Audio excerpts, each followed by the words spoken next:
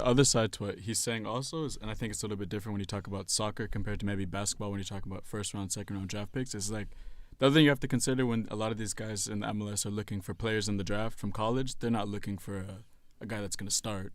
So they do tend to take, and I think also you have to consider that a lot of scouts aren't very good in the United States, so they do get caught up in the woo-wah. But they're also not looking for. Listen, I didn't say that. Listen, all the scouts out there. That came through proxy. All the scouts out there. I did not say that. Don't attach me to his statement. You feel this European arrogance just. Oh yeah, it's funny how you said that. I called that out right away when it came to me. I was like, dude, hey, you sound too caught up in the woo-wah. But they're not looking for a guy to come in and be a starter or a contributor. They're looking for a guy, okay, maybe in the 1% that this guy might be a roster spot. But likelihood is they're going to cut most of these guys and they'll be playing the USL Championship before preseason ends.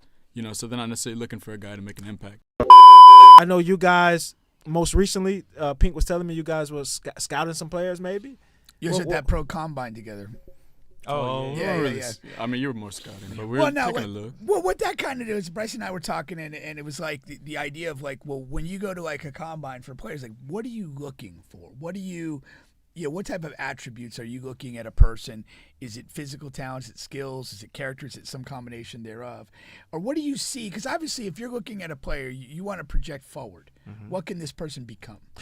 Mm-hmm. So what are you looking at in a setting that locks in and says, oh, I kind of like that guy. I think he might have something a little special. And before you go, state who you are. I know you've been on the show before, but state who you are and what you do. My name we is, didn't do that off the top. My name is Darnell Bernier. I'm a coach and owner of a soccer club in Gainesville, Florida. Been coaching for around 14 years and helped some guys turn professional and get them to college ranks. And I enjoy what I do. Why are you talking like you're introducing like the Quiet Storm romance? That's going to be his Tinder intro, right? I gotta make my account. He's going to clip that. You got to make that account. Man. I think I had. The ladies are going to get carpal tunnel swiping right up and down. Put on his voice for that one. Damn. Anyway. But I mean, to kind of preface that whole combine thing, I mean, the first thing to understand is that's kind of like a totally American concept. Like, that doesn't really happen in Europe. Like, these sort of like bring random players together, just play this kind of 11v11 and kind of like see what happens. So it was really chaotic.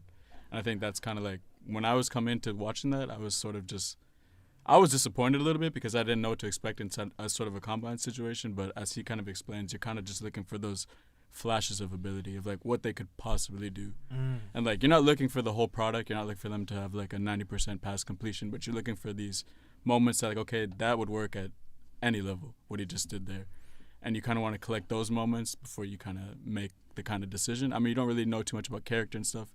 It's a new group of guys, chemistry's really off. A lot of guys are trying to do their own thing. To say that you're a little disappointed, though, what were you expecting when you showed up? I just thought the game itself would be a little bit more organized. Like, it kind of felt like a lot of the play was rushed. So, like, you didn't see a lot of just ball possession and, like, true movement. It really was kind of like hero ball to a degree. It was better than hero ball, and this hero ball is in, like, guys were trying to make the play. So, like, there wasn't a lot of, like, the game wasn't as structured as you'd like to see.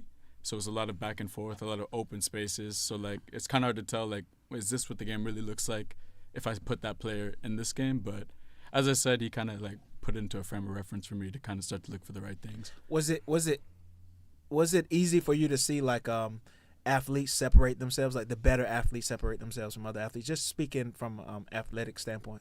Not really. It was a pretty even, athletically speaking, it was pretty even. Oh, like, okay. a lot of these guys were all playing at the high college level or they played at the USL Championship, Okay. MLS level. So everyone kind of had a good resume. So these guys are at the same level physically and also technically. But, yeah, just so you guys know what this combine was, it was a lot of, like I said, a lot of former professionals or guys working for contracts or guys playing at sort of, like, bigger ACC schools and also some guys like Darnell had a few players and some smaller schools as well. But it was a high level. For the U.S. speaking. For when I'm looking at those, the combine had guys who are currently in this MLS draft from like UVA, stuff like that. So they had some big time guys there. Clemson, who just won the national title. They probably had about 10 Clemson players out there. Oh, really? Okay. Oh, yeah. It was that kind of level. But when I'm looking at those things, most of the time at those levels, it's not going to be physical attributes that separate you. Because like he's saying, most of the players there, if you got invited there, you're good physically and you're good technically, good enough to play at a good level. The difference is it's your brain. meaning the consistency of your decisions. So when I'm at those things, I'm not looking for team structural things. I'm looking for the guy who has the physical tools, but then the mental understanding of the game, that I could see that his individual decisions that he's making will work in a good team structure. And does he have physical tools to impose in the position that he's playing? So that's what I'm looking for. So you kind of got to zone out from a team structural way, because there's going to be open spaces, of course, because it's a combine. So there's not defensive team concepts and all these things like that. What you have to look for as a player, what kind of decisions is he making? Most of the time, it's the brain that separates the players when you get to the highest level. Whenever you see a guy is physically dominant, with the exception of a few players like a Kylian Mbappe or something like that, but most guys he's in the French league, which is, very good physically, and he could still kind of separate himself, right? So, but there's very few characters like that. So most of the time, what you're looking for is the decisions of the players, meaning even a winger, when do they take the guy on? What moves are they trying to make to create their opportunities? Then you could kind of see this guy's consistent in his approach and his ideas. Because most players, what separates the pro from the amateur or the good level pro is the consistency of their brain, meaning do they see the game in a consistent pattern, or is it kind of scattered brain? And so you'll see guys with talent, but they're scattered in their thoughts. So they cannot really get to their ability, even though they have the ability to be impactful, especially when at those kind of combines. Because you'll see a lot of players who have flashy moments. But what you're looking for is, as a scout, there was this guy, Jorge Avial, he scouted for a lot of people in Europe and the U.S., and he always told me a lot of scouts get caught in the moment. And that's what a lot of people do. So they'll see a player, he does something, and that moment they're reliving in their mind every time the guy touches the ball, whether he really does anything or not, because he had a great moment. What you're looking for is the consistency of the player. And so that's basically how you determine who's the best player out there. And so, the problem with that, one thing that you said over the weekend at Disney is like when Hugo made that one play where he dribbled and then the rest of the game he was looking for that same exact play. Yeah. That's kind of the problem with picking players based on them doing a moment, because then they're kind of obsessed with looking for that play in that circumstance, like dribbling through a couple players every single time, and that doesn't translate to a team structure, even though it worked once when you maybe saw them. But if that's kind of their habit, to look for these kinds of plays and not also consider the best time to turn around or just play the ball, keep the moving and switching, then you think you have a player and he doesn't really fit. Well, that's why I said as a scout, that's why I said you can't get caught in the moment. Yeah, exactly. right. You have to see what they're actually doing throughout the consistency of the game, because Right. all those players who get to that level, they're going to be able to create a moment or something in a game. Right. But what But yeah, but then he's speaking to is like somebody does that moment, and it's almost like a childish reaction. If a little toddler does something and everybody laughs in the room, they're going to keep doing that until Exactly. everyone's sick of it. And it's like almost the same mentality of a kid as a player. Oh yeah, I this is my thing. I whatever. I do this move and whatever. But yeah, no, I get that. That makes a lot of sense. But it's hard though, because you have to balance that with the fact that like you don't always get a lot of touches in those combines, so like there is a pressure to like make something To happen force something. and be sort of irrational, and it's unfair because there were some players there, especially I think Daniel was a player that kind of didn't give him the ball as much as he probably could to show what he could do, because he was better than a lot of those guys, like some of those other guys. But that's kind of the nature of the combine, and that's also why it's not super common anywhere else in the world. Yeah, I don't think, and to his point, I don't think if I'm doing something, I'm not going to run a combine per se, because I just don't think it's an effective way to, really choose, the best of players. You know what I mean? Because you have to pull them out of their environments where they're in their structure, because it just makes the most sense. Now, if you have a professional environment, it's just better to invite guys into your professional environment to see how they do within your structure if you think they're talented enough in their environment, instead of randomly putting so a it's bunch of kind of guys like together. I've got a team, I've got a structure. I'm intrigued by that player. I'm going to get more out of inviting him to train with my team for a couple sessions than I will watching him for 2 days. to come. 100%, Without a doubt, 100%, because you're putting them with random players that are all fighting for this 1 or 2 slots that they may select from. So even though the quality is really good, you could have he's not going to be able to display the way he would unless you just play him in your environment. So I think you would save a lot of time and even money than just saying, hey, instead of me flying all these guys out to this thing, just, select a couple guys, bring them in. Even if you give them 3 training sessions or 4, you'll be able to see within a week's time, you'll run through enough players to see who really makes sense to keep them along rather than looking at 22, 23 players. No, that's true. Going back just a little bit before, when you talked about in the moment, right? But I wonder how hard is that for a scout not to be in a moment when a guy really makes a wow play.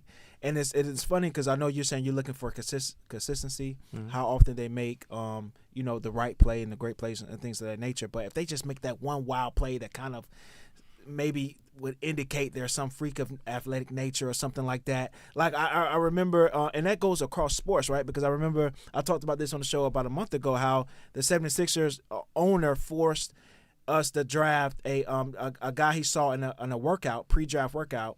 This guy just did a between the legs dunk, and he's like, "That's who we're drafting," and that was it, right? That was the owner who said that. The owner, yeah, the owner. We had to set out to draft Mikal Bridges, and we did draft him. And then we you did traded draft him, but in the pre-draft workout, we had this other guy who came in, just did a between the legs dunk.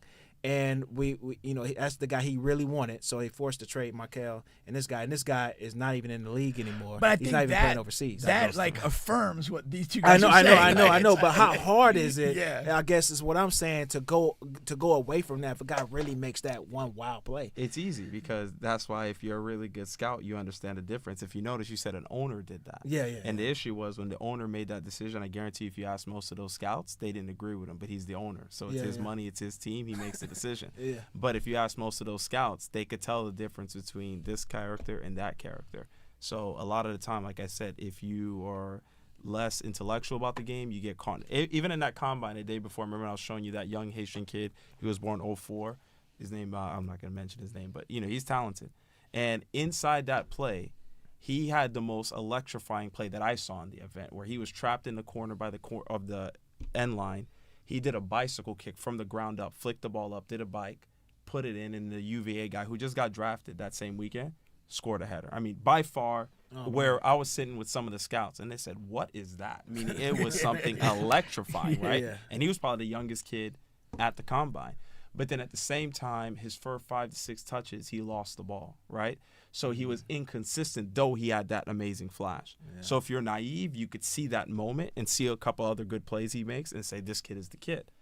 But if you understand more, you'll understand that some guy who didn't have that necessarily phenomenal moment of the weekend was still doing a lot more in the game than him. You see what I mean? Yeah. So when you start to see that, now if I'm scouting and I see a kid who's that young at the event doing that, I'm going to say that, and he did have some other moments, I'm going to say if you could clean his game up, depending how much he wants to learn and listen, then you have something there. Yeah. Because he's so young and he's able to produce these kind of moments because he had more than just that moment that I'm speaking of, that there's something there. But you got to see how much does he want to learn and clean up those older 5 or 6 possessions that he's just losing on trying to do too much. You see what I mean? Yeah, exactly. So you have to weigh everything according to age, trajectory of what you feel the player's ability. So you can't go crazy and say, well, because he lost the ball too much, I don't want to take this kid even though he shows some flashes, because you also have to consider how old is he, what's his experience level compared to the other players, and if they were as young as him, because that kid is straight out of Haiti, right? Mm-hmm. And he's only having a Haiti Caribbean experience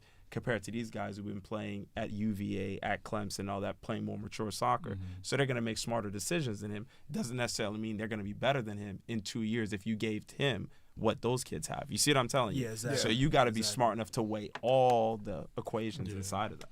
It's funny when we had the GM5 combine, and the way I went into that, they did some drills at this combine, and then they broke into teams, kind of like not like any other combine. The guys were just kind of put together randomly and whatever.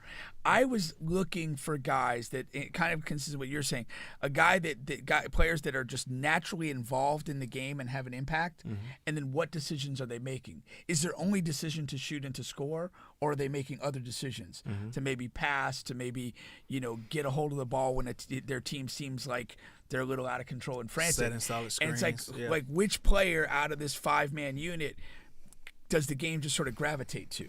And that, to me, was what I was kind of looking for. And then once I identify that player or 2 players in each group, then I start to kind of mentally compare those, the attributes of those guys versus each other. Or if, like, the next cycle of scrimmage pits one against the other, now I get a nice little comparison. I mean, in direct competition. The other side to what he's saying also is, and I think it's a little bit different when you talk about soccer compared to maybe basketball when you talk about first round, second round draft picks, is like the other thing you have to consider when a lot of these guys in the MLS are looking for players in the draft from college, they're not looking for a guy that's going to start. So they do tend to take, and I think also you have to consider that a lot of scouts aren't very good in the United States, so they do get caught up in the woo-wah. But they're also not looking Hey, for. listen, You feel this? I didn't say that. Listen, all the you feel scouts this? out there. That came through proxy. That came through proxy. All the This scouts came from out him. there, I did not say feel that. this, Don't attach me to his No, I statement. mean, You feel this Take over. European arrogance just Oh, yeah, it's funny how you said that. I called that out right away when yes, it came to me. I was yes, like, dude, hey, you yes. sound They too get caught up you're- in the woo-wah. But they're not looking for a guy to come in and be a starter or a contributor. They're looking for a guy, okay, maybe in the 1% that this guy might be a roster spot. But likelihood is they're going to cut most of these guys and they'll be playing the USL Championship before preseason ends.